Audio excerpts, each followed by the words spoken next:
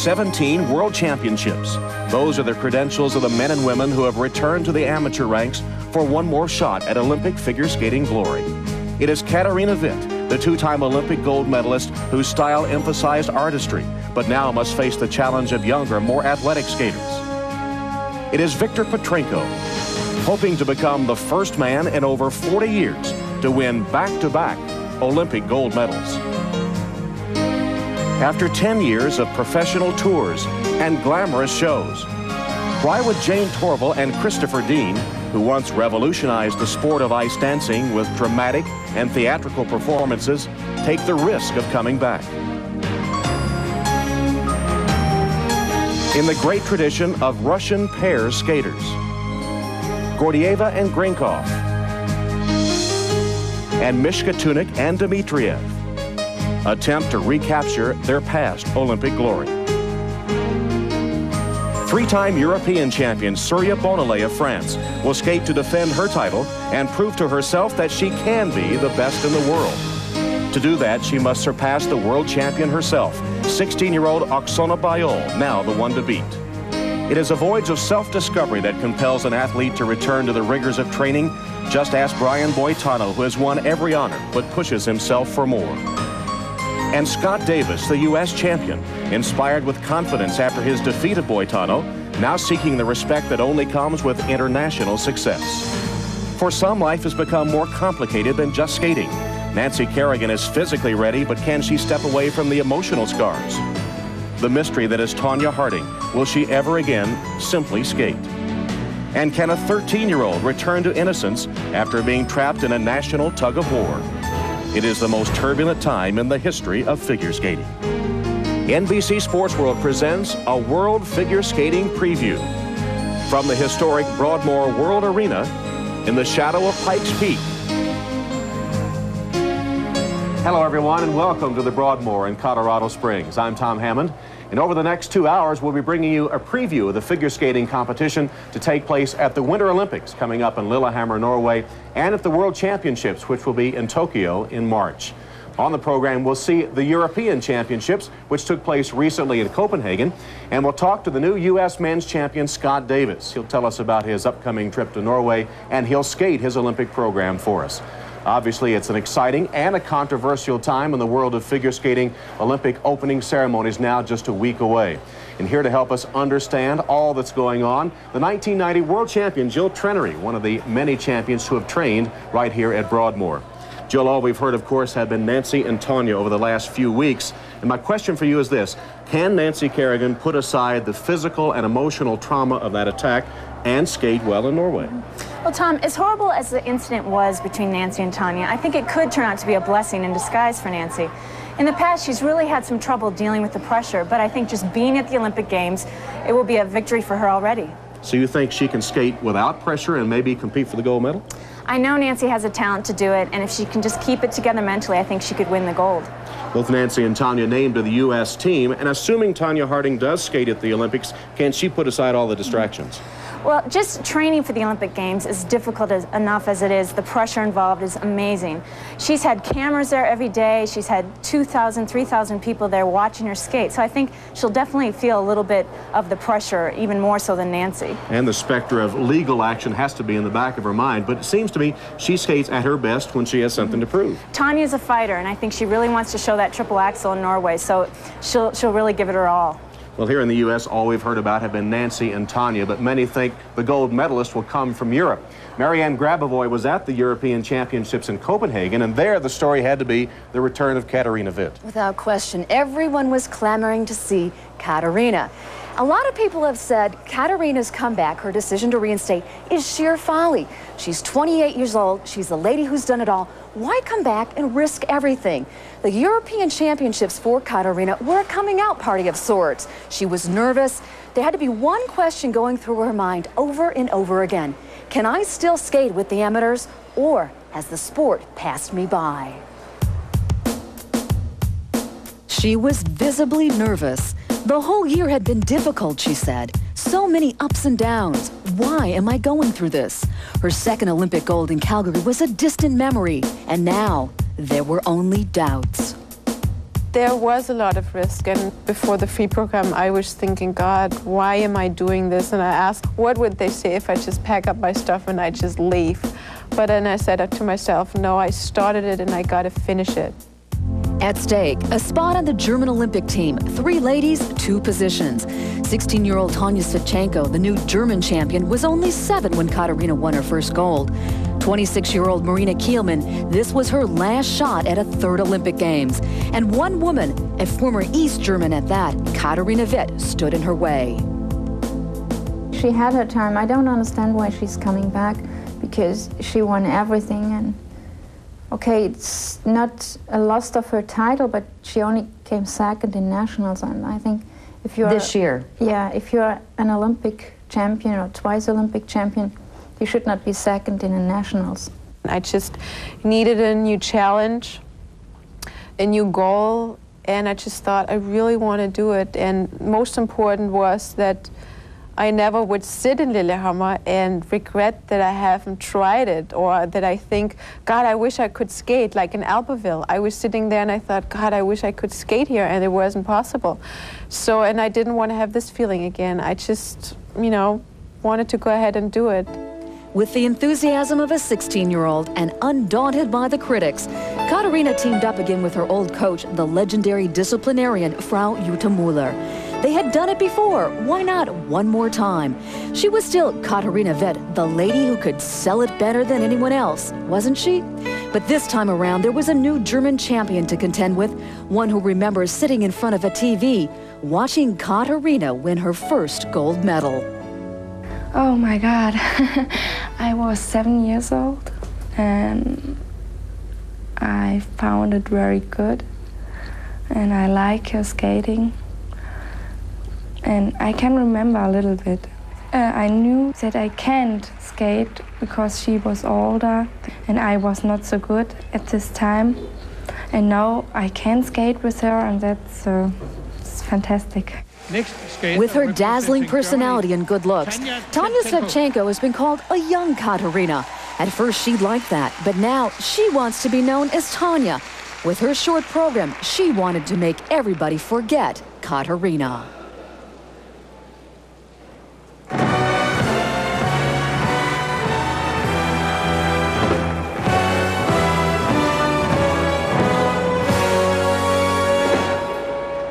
This was Tanja Szewczenko's short program at the European Championships. There was no question she was a force to contend with.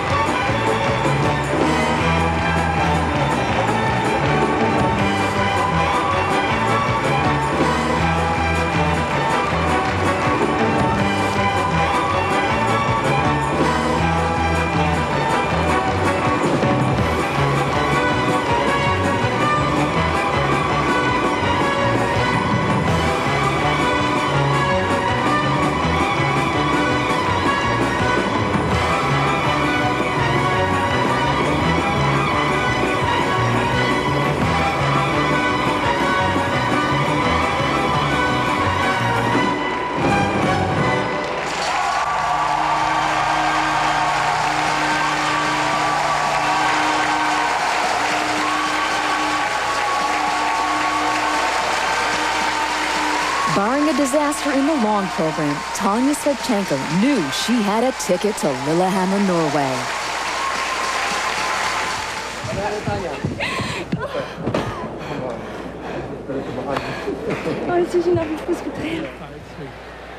Just 10 minutes later, it was Katarina Witt's turn. If there was a hurdle to overcome, Katarina knew it would be in this, the technical program.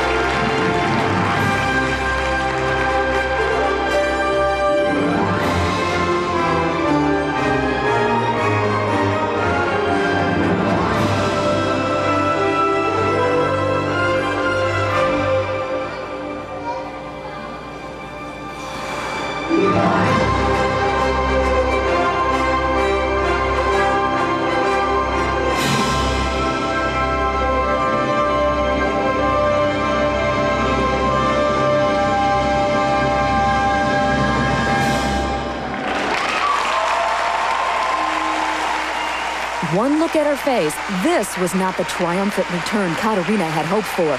With 2 mistakes early in the program, she left the door open for the judges to really penalize her. The marks for Katarina Witt, 4-6, 4-8, 5-0. A dispirited Katarina left the rink, a little in shock, realizing that resurrecting an aura was a heavy burden indeed, a burden a 16-year-old could know nothing about.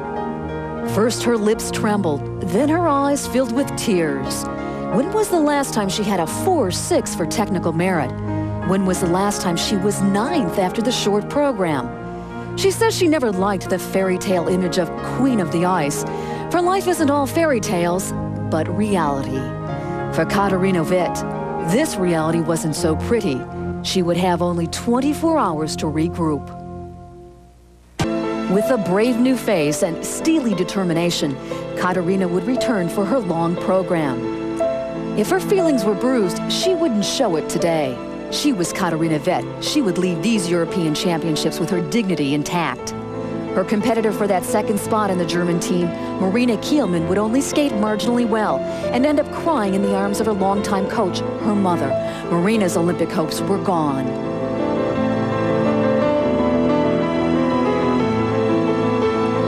Katarina knew she couldn't win a medal here, but she would skate for pride.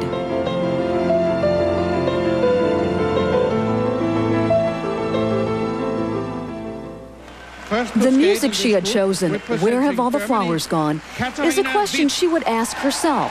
In the answer, she would find the reason for her comeback. When she won her first gold in Sarajevo in 1984, Yugoslavia was still one country. Now there was only war. And Katarina wanted her bid for this Olympics to be a symbol of peace.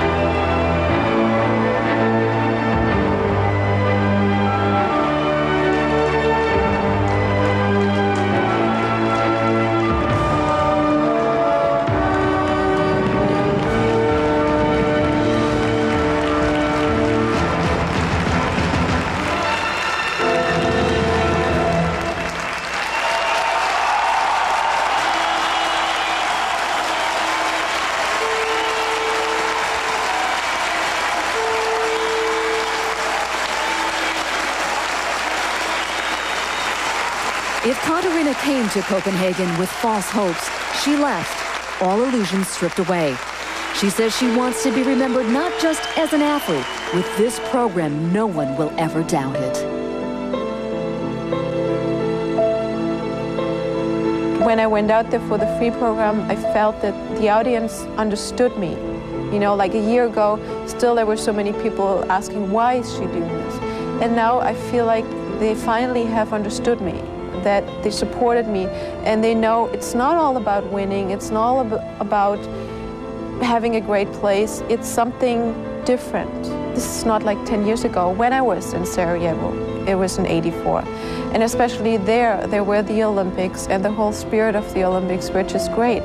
And now watching then the pictures on TV, it just broke my heart. And I said to myself, I really want to use the skating, the figure skating, the artistry to bring something across to the people. And that would make me really proud. And that's what I worked so hard all year long to get there.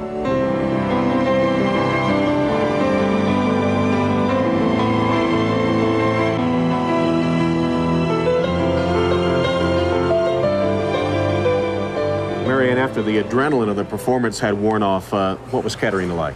Well, I think it was a bittersweet moment for her. After a disastrous technical program, she was in tears. After this long program, I think she was happy, she was at peace. She knows that the sport has been passed to the next generation, at least technically. With the long program, she knows she can skate a powerful, provocative program that resonates with emotional maturity. And she made the German Olympic team. Well, she did indeed. And Jill, whether she succeeds or not at the Olympics, Katarina's decision to reinstate was a courageous one. Do you agree with it? Definitely. I give her so much credit just for trying, because the girls these days are doing so many triple jumps in their long program. They're 16, 17 years old, and it's really difficult out there, so I just give her all the credit in the world for just trying. Well, you know, you could have reinstated. Why did you decide not to? To tell you the truth, I really didn't have the guts. Katarina's a very gutsy girl, and she has so much to give the sport still, so she belongs out there, and I'm proud of her. Well, if either the Americans, Nancy Kerrigan or Tanya Harding, win the gold medal, they'll have to defeat the favored Europeans. And we'll see their performances when we come back.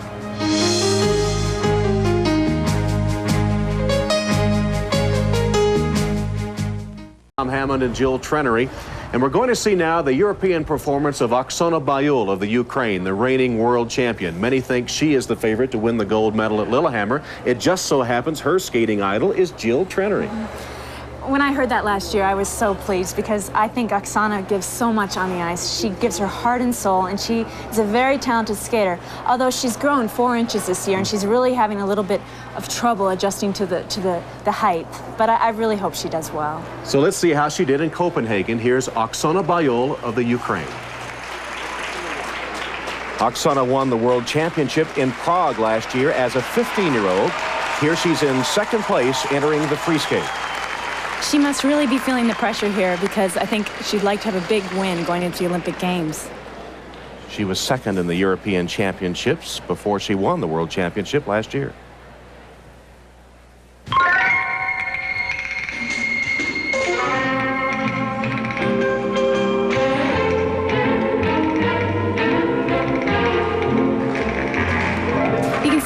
First couple moves that she really commands your attention, and she's just such a performer.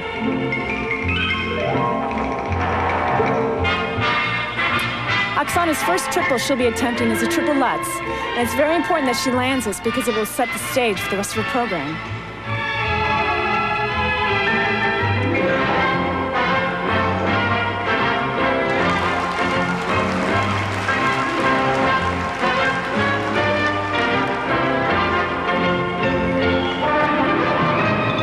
She may have grown 4 inches, but she still has that little girl quality about her, doesn't she? She definitely does, but my only concern is that she's still skating to this music that she used last year, and it's very young. That was a beautiful triple flip.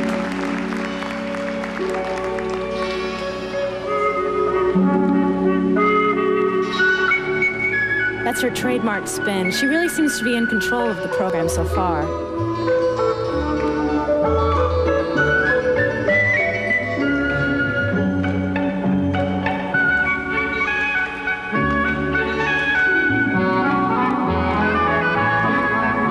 she'll be trying a triple loop.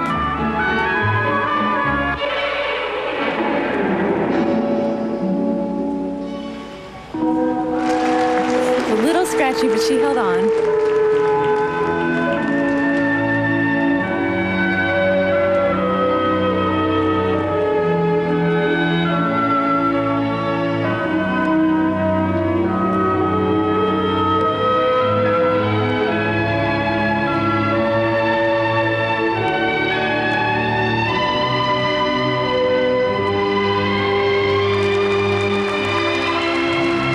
The skaters Oksana defeated for the World Championship last year, Nancy Kerrigan. How does she compare with Nancy? Well, Nancy has more of the triple jumps and the triple jump combination, but Oksana skates a little bit more from her heart and from her soul, and is really, I think, a better performer than Nancy.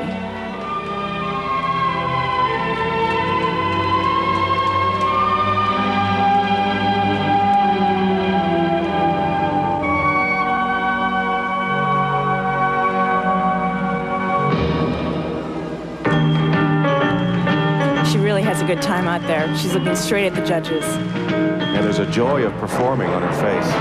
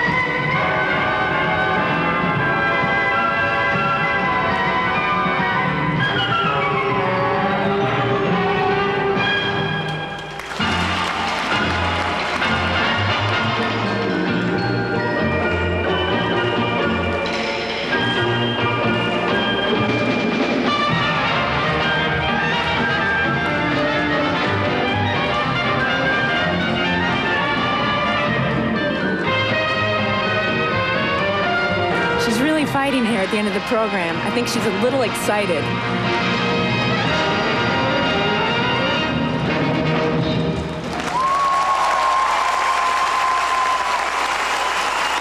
She's so happy. I think it was just the best performance that she could have imagined to do here at the Europeans.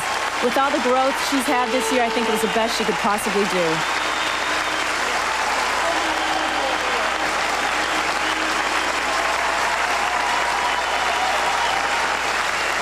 Jill, overall, your reaction to Oksana's program? Well, as you can see, she certainly knows how to work the crowd and the judges, more importantly. My only concern is her lack of triple-triple combinations, or just plain combinations for that matter. The other competitors will be doing them, and I think that could affect her technical mark. But can she win an Olympic medal? I'm rooting for her. I hope she can. She certainly has that poise out there. Oksana finished second overall in Copenhagen. The European champion, Surya Bonaly of France, the fourth time she's taken that title. We'll see her skate in just a moment. Welcome back to our Sports World Figure Skating Preview. Tom Hammond and Jill Trenery. As we return to the European Championships to see the performance by Surya Bonaly of France. 3 times she's been European champion. Adopted by French parents when she was only 3 months old. Known for her jumps, but she's been working extensively with a choreographer this past year. How will that affect her skating, Jill? Well, hopefully we'll see some improvement here. You know that the program will be packed full of triple jumps.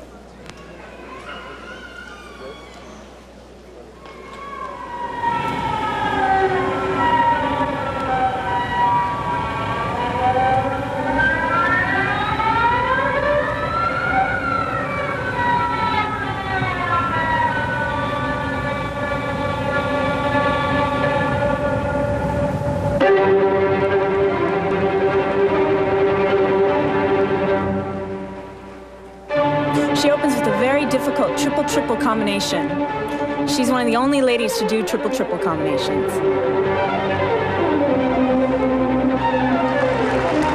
Beautiful.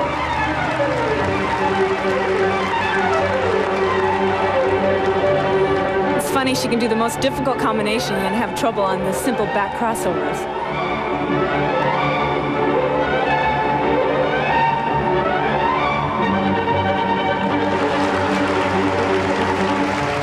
She really seems to be landing her jumps on more of an edge this year. That's what I'm impressed with. Now, is this sequence the work of the new choreographer? You can see from right here that she really is expressing herself more.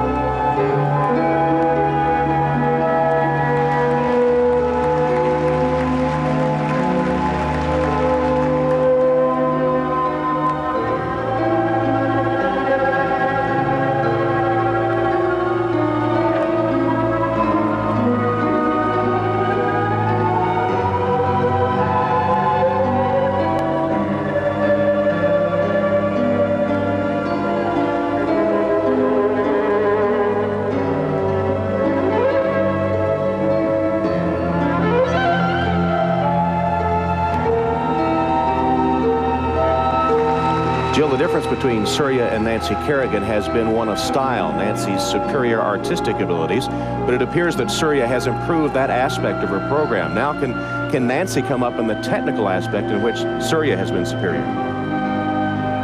Surya still has more triple jumps in her program than Nancy has planned, but I think it's going to be a tight, really tight competition because she has improved so much artistically.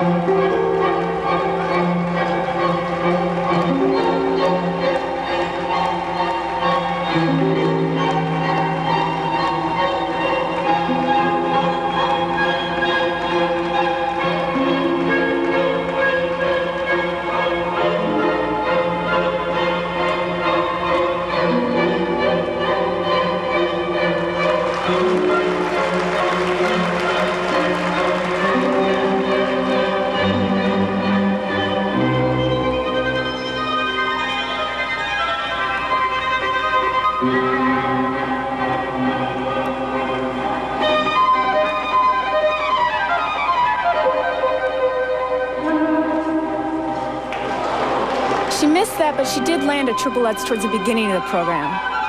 Well, isn't it unusual for a skater to even attempt a triple Lutz because of fatigue this late in the program? Very, very difficult.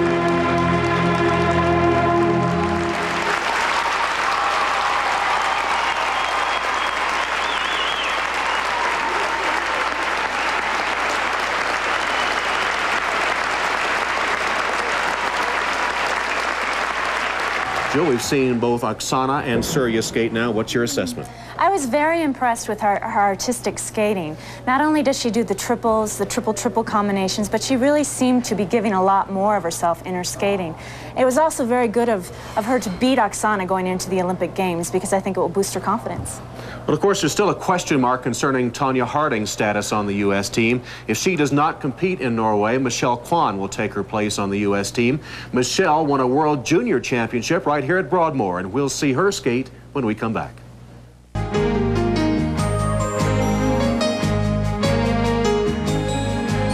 Can you imagine being a wide-eyed 13-year-old with a chance of competing in the Winter Olympics and yet not knowing for sure, standing in limbo?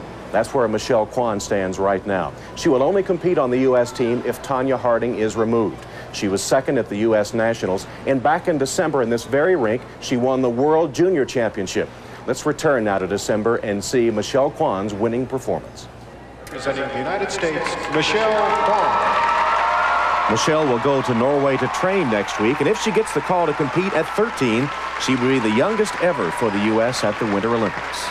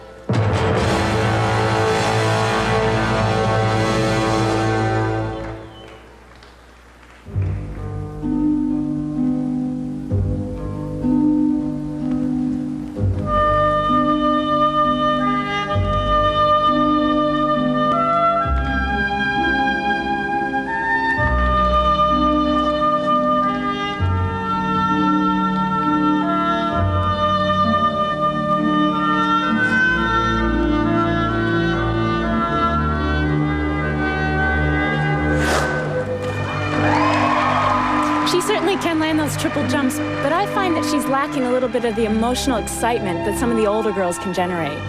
Is it simply a matter of maturity? I think so.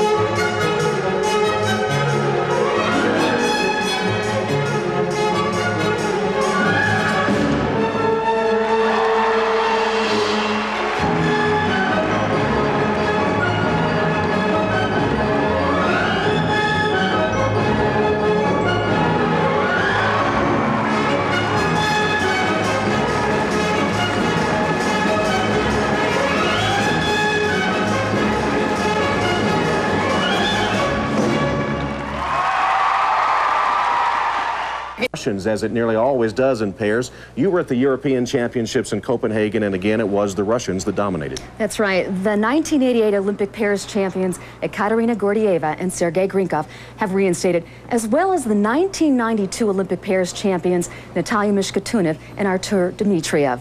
Now, these Russian pairs are expected to dominate in the Olympic Games and the World Championships coming up. Now, the last time we saw Gordeeva and Grinkov, little Katya floated into Calgary. She was a mere 16, 5 feet and 80 pounds, and before she was gone, she had stolen our hearts. Well, little Katya is now 22. Her partner, Sergei, is 27, and they are now husband and wife. I think it was a very good chance that we can try amateur again, because when we skated in amateur, we didn't feel everything so well like we're doing right now. We married and we have a baby now, and we're more happy, more emotional, and we wish all people will see our happiness. If Gordeeva and Grinkov are tasting life's sweetness, then Mishkutenok and Dmitriev are swallowing a bitter pill. Their ethereal Dreams of Love program from the Albertville Games was met with universal acclaim. But since then, life's been tough. Natalia's been struggling with depression, her weight, and Artur's marriage to someone else. Theirs is a purely classical style, complex choreographically, and their enigmatic, brooding personalities are perhaps Russian to the core. For me, it's difficult to come back because it's second competition. It's nationals and then European, and I'm very nervous. It was like first time for me because I didn't feel like I'm nervous like this before. Now I'm so nervous, so difficult for me. Here at the European Championships, their technical program was marred by a missed lift, a lift their coaches didn't want in the program to begin with. But headstrong and sure in their vision for themselves, Natalia and Artur were determined to keep it in. This time, it was a fatal mistake. Across the board, their marks were low. 4-4, 5-2, 5-4, 5-5, 5-4. Natalia and Artur ended up fifth going into the free skate. The reigning Olympic champions would have to fight just to get a medal. On the ice, representing Russia, Natalia Mishkutenok, Artur Dmitriev. Shocking almost to find them in fifth place. How do they regroup for this free skate? As Natalia said, she's been very nervous, so I think she's probably going to have a hard time getting through this program. It'll be interesting to see how they do. For the first time, they have picked their own music. It's Rachmaninoff's Second Concerto.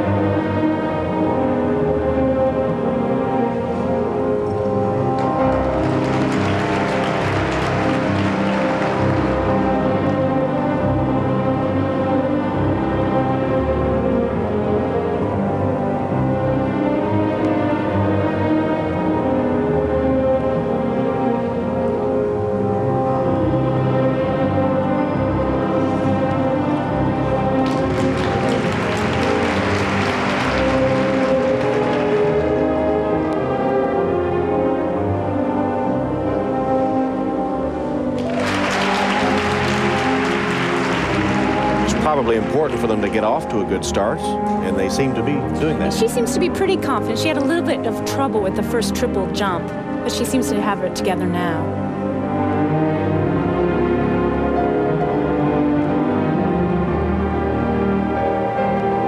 They skate with such passion in between them.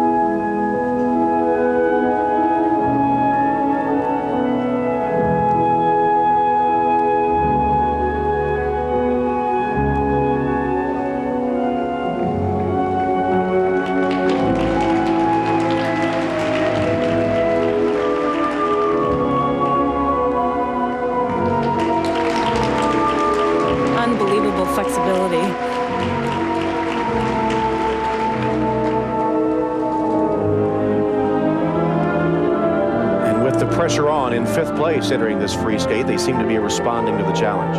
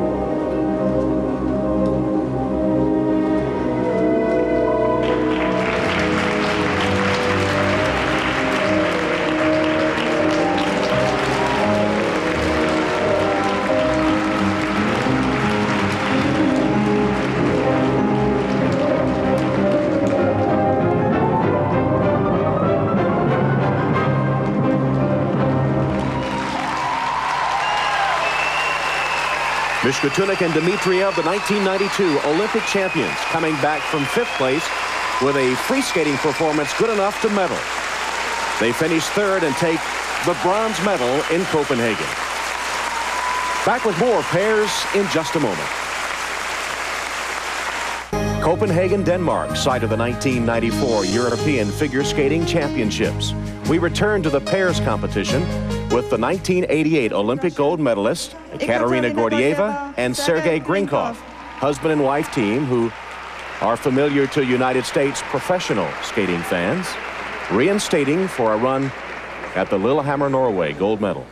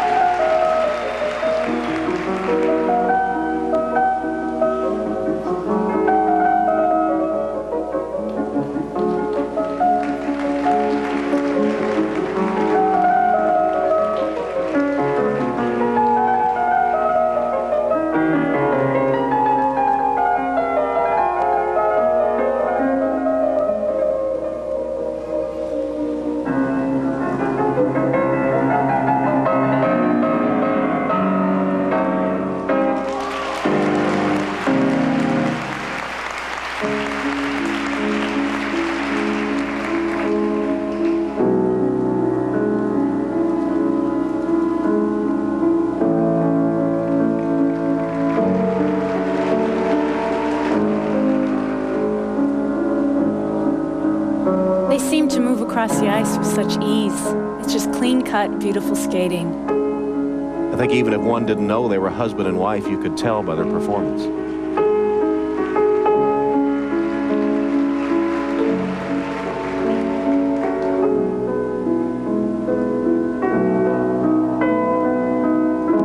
Of all the skaters we've seen reinstate, this comeback to me seems the most viable. Definitely. If it's possible, I really think they're even stronger than 1988.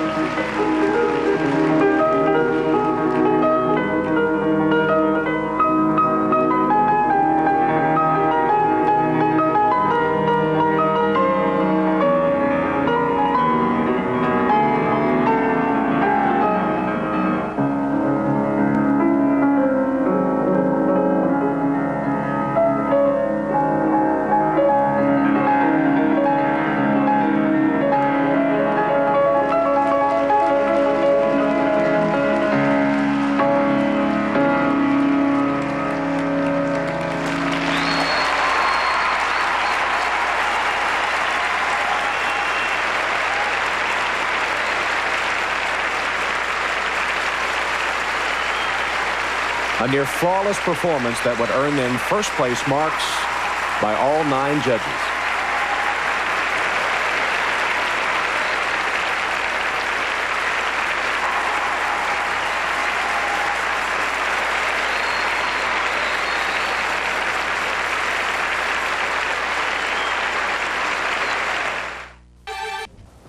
In the shadow of the Front Range of the Rocky Mountains, NBC Sports World continues with our figure skating preview.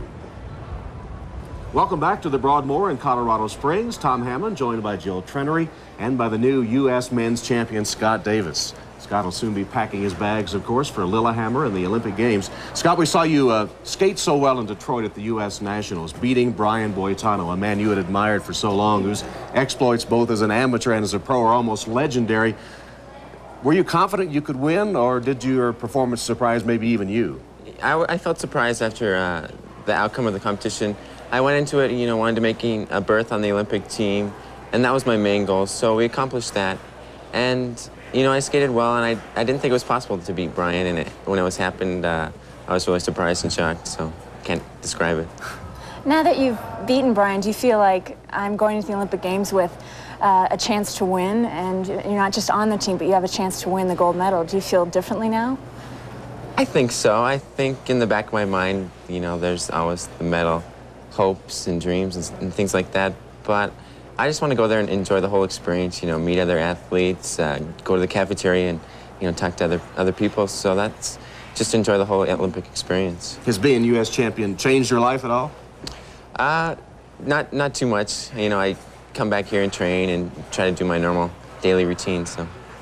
Last year at the National Championships, you were an underdog, and this year you were kind of an underdog too because Brian was expected to win.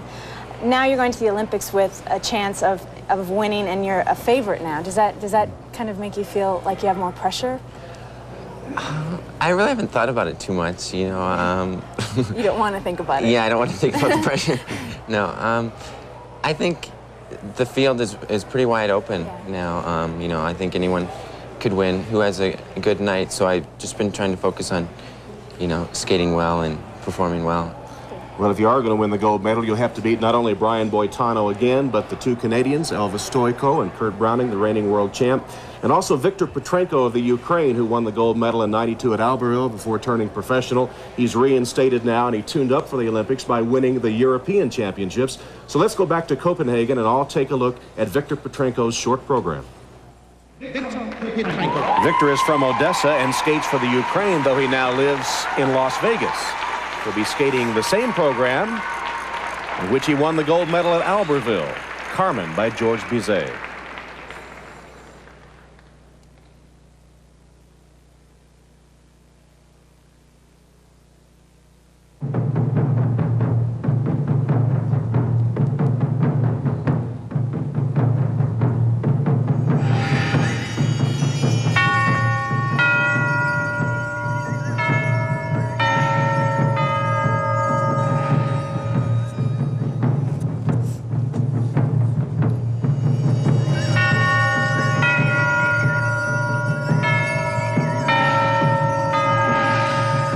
Coming up, he'll be doing a triple axel, triple toe loop. This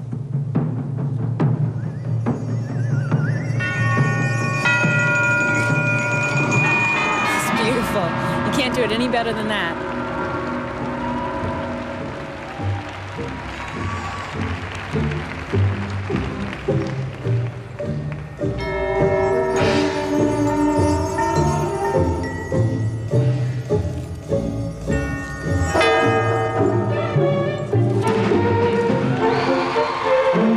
He can relax now. He's done with the triples, and he'll really start to enjoy the program.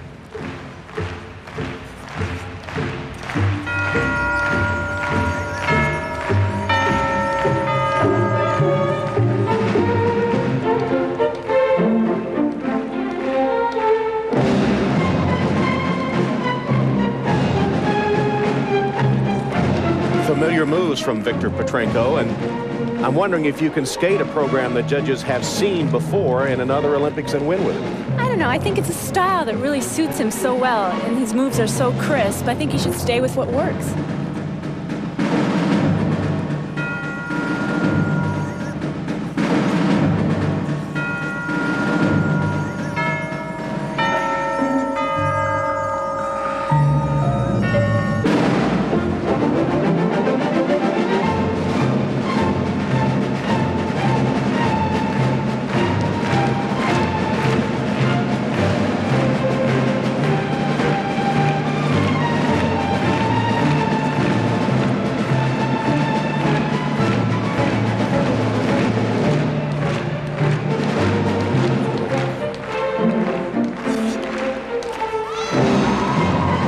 Looks to be at the top of his game. Yeah, absolutely.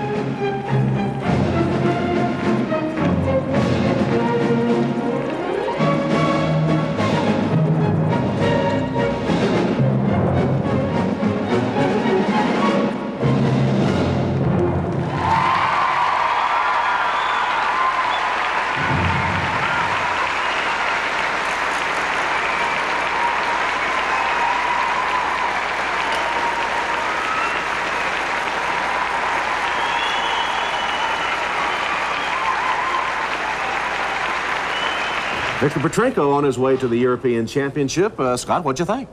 I thought it was a great performance. You know, he really did well, nailed the combination, triple-triple. He skates really fast and has good style, so I think it was a good performance heading into the Olympics.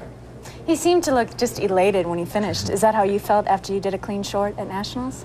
I think so, a little relieved, you know, that it's over, and I think that's the hardest part, doing a good short program, you know, because it's so tough.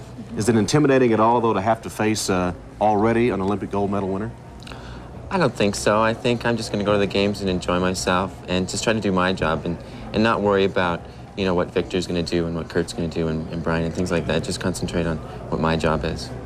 Well, Scott has consented to give us our own Olympic preview. He'll skate his original program here at the Broadmoor rink when we return.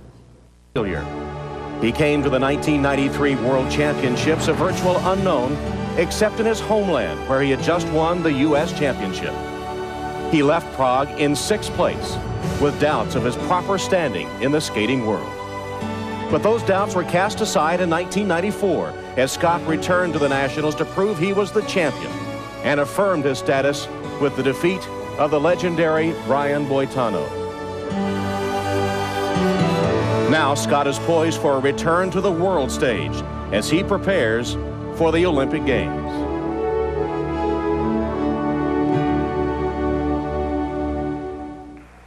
And so here is U.S. champion Scott Davis with his Olympic short program.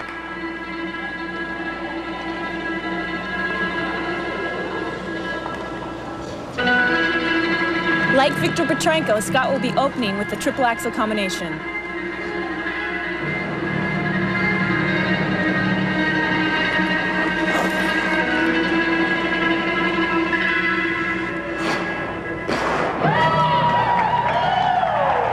Beautifully done.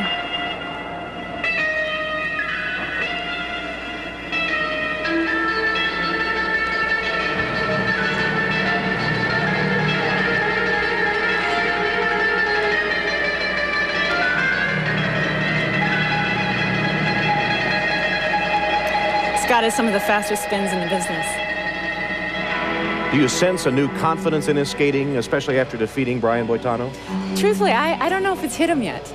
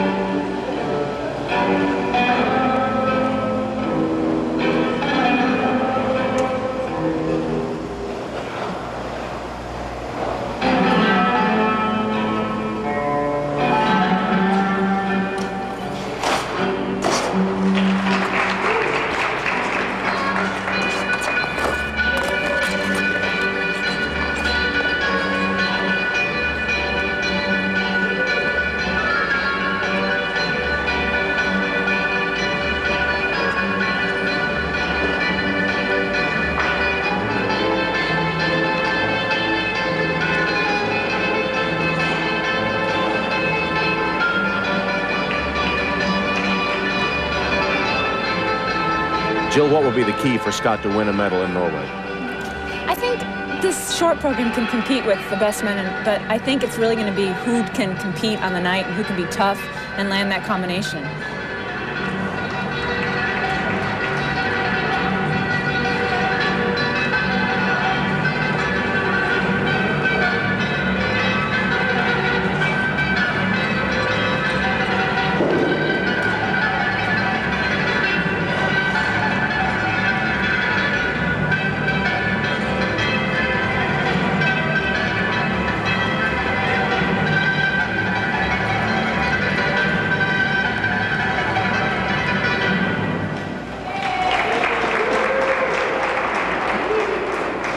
So there was Scott Davis with his Olympic program, and in a moment, we'll turn our attention to ice dancing.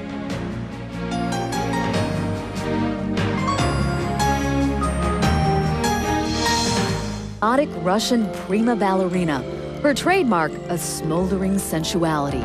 Maya Usova and dance partner Alexander Zhulin have been husband and wife since 1986. And for just about as long, they've been skating in the shadows of some of the greatest Russian dance teams in history. Teams like Marina Klimova and Sergei Ponomarenko, the 1992 Olympic champions, the darlings of the dance world.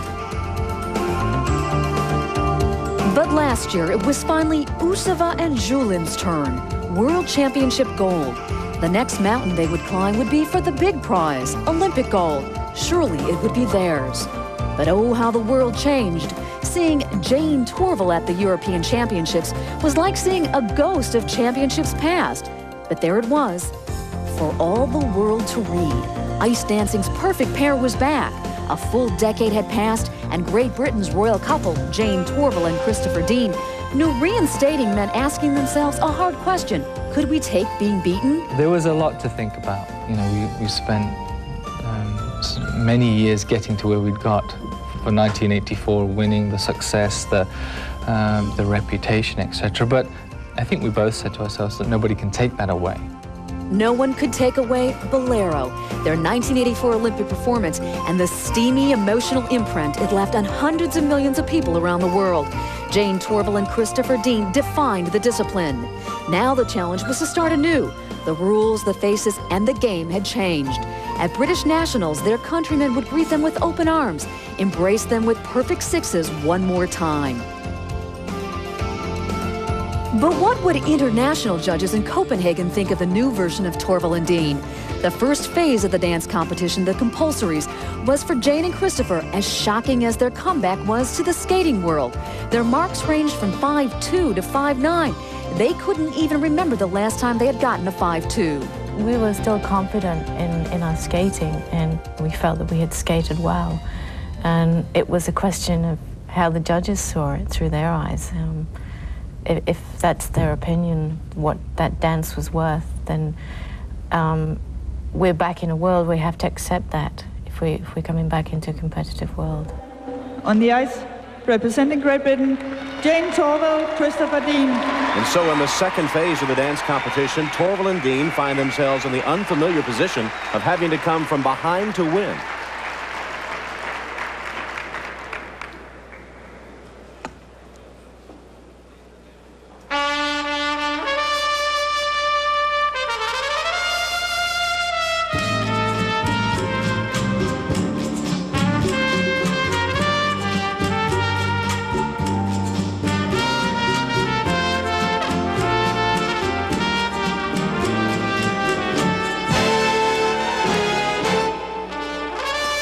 This year's original dance is the rumba, which is the dance of love. And the judges are looking for both the originality and the difficulty.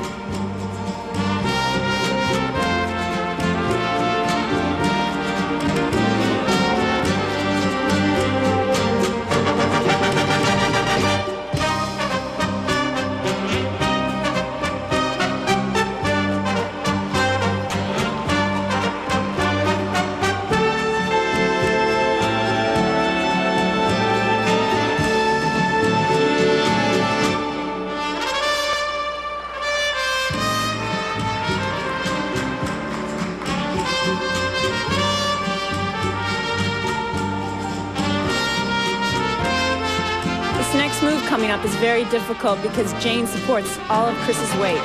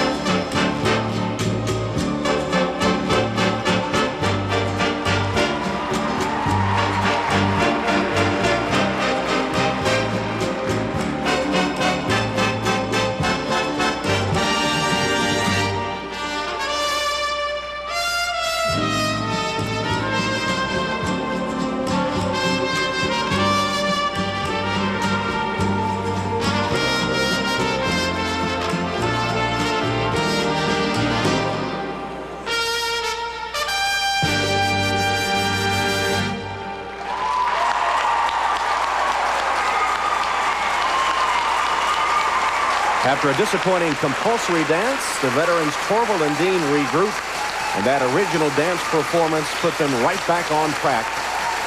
And now in first place, heading into the free dance with a chance to claim the European Championship. Among the medal contenders, the first to skate the free dance would be the Russian husband and wife team, Usova and Julin, now living in Lake Placid, New York. They won the bronze medal in the Olympics in 1992, but took the World Championship last year. Tom, in the past, this couple has come up with the most passionate, steamy programs. This year, it's a bit more conservative. I think they're trying to please the judges.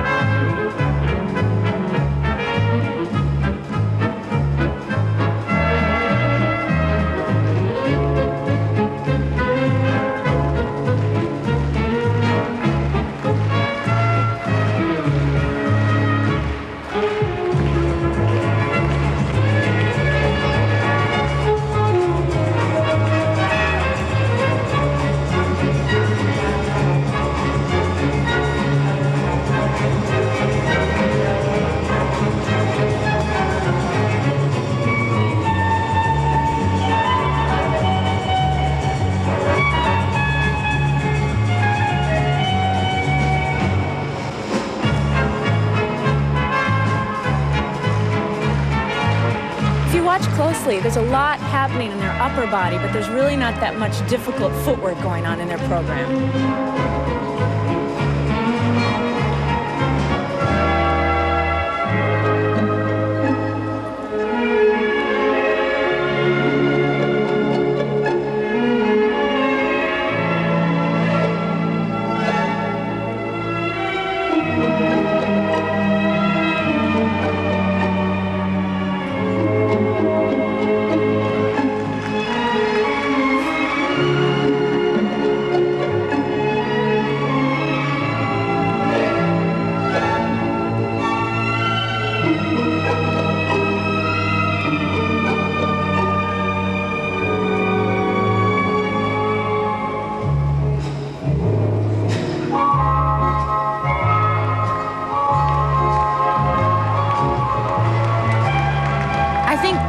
Very juvenile. I don't know what they're trying to get at.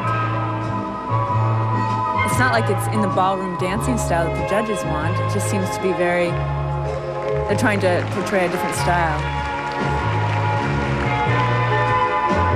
I think they're trying to be cute and almost kind of funny, but I really don't think it goes over.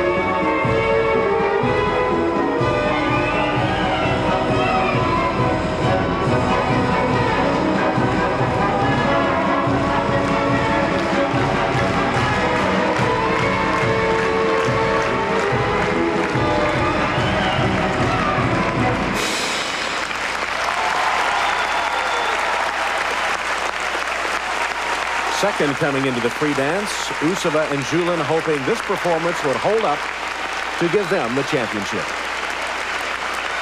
Torvill and Dean would skate next. Representing Great Britain, Jane Torvill, Christopher Dean. And now the oldest competitive skaters, 36-year-old Jane Torvill, 35-year-old Chris Dean, needing a good free dance to return to competition with a championship. In 1984, when they won the gold medal, they practically reinvented the ice dance competition. But this year, like the others, they've chosen a much more conservative route.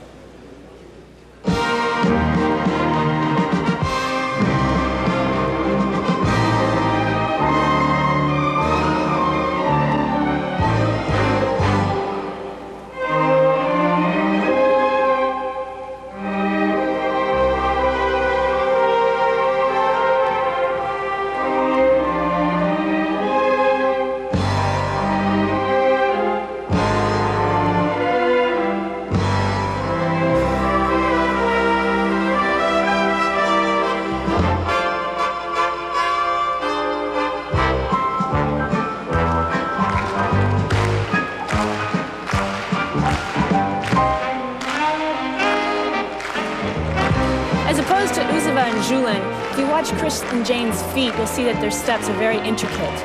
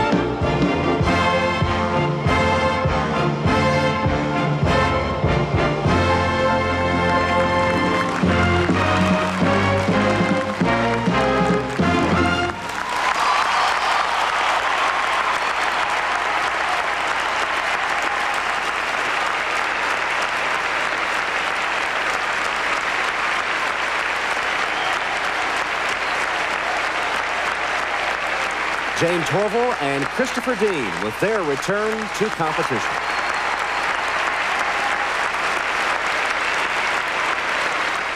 On the ice. Welcome back to NBC Sports World and our figure skating preview. And the free dance now from Grichuk and Platov. They've chosen a very energetic rock and roll theme to skate to. It's also very technically difficult.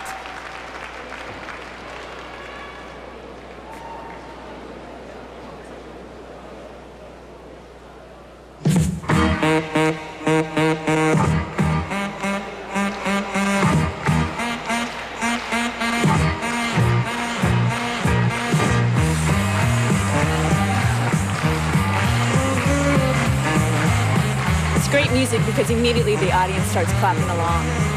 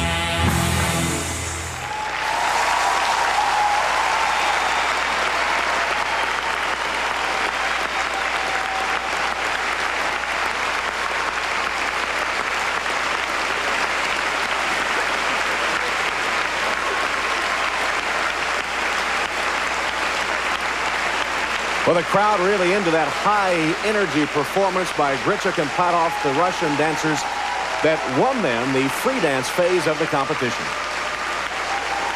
And what was really unusual about this dance event was that every couple won a certain stage of the competition.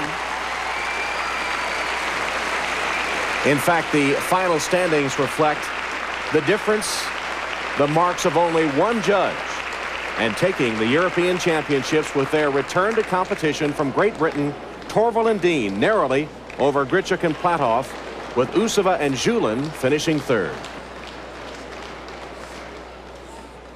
A look at the European ice dancing competition, and Marianne, interesting that in their youth, Torvill and Dean were the innovators, but now a different approach. Absolutely. You know, a decade ago, Torvill and Dean, if they didn't break the rules of ice dancing, they certainly pushed the rules. They were always known for their theatricality. They were always on the cutting edge. And now, coming back 10 years later, they said they were afraid to do anything too showy for fear of being criticized by the judges. Well, that's a pretty shocking notion for Torvill and Dean. Now, the question is, will they be victims of their earlier flamboyance? And also, are Torvill and Dean, have they gotten conservative in their old age? Well, Joe, Chris has promised some changes for the Olympic Games. What do you expect from them? Oh, there's only 3 weeks' time in between the European Championships and the Olympic Games, so they won't be changing their music because that's just too much to change in that time frame. But they will be adding some crowd-appealing stunts and I think a couple more lifts and make the program a little bit more exciting for the audience. We'll look forward to seeing them in action in Lillehammer. And that's it for our figure skating preview show. Tom Hammond for Jill Trenery and Marianne Grabavoy saying so long from the Broadmoor World Arena. Sadly, the final show from this arena, which is scheduled for demolition soon, an arena that has held so many memories. It has been over 50 years since the Broadmoor World Arena first opened its doors to the public with a free skate for all, January 1st, 1938. In the succeeding years, it would host many memorable ice reviews, world and national championships. Revered by many as the Broadmoor Ice Palace, skaters from all around the country would come to train in the beautiful rink by the lake. The Broadmoor Skating Club was the home of many skating greats, the likes of Hayes Allen Jenkins, Peggy Fleming, Dorothy Hamill, and Jill Trenery. And it continues to provide a foundation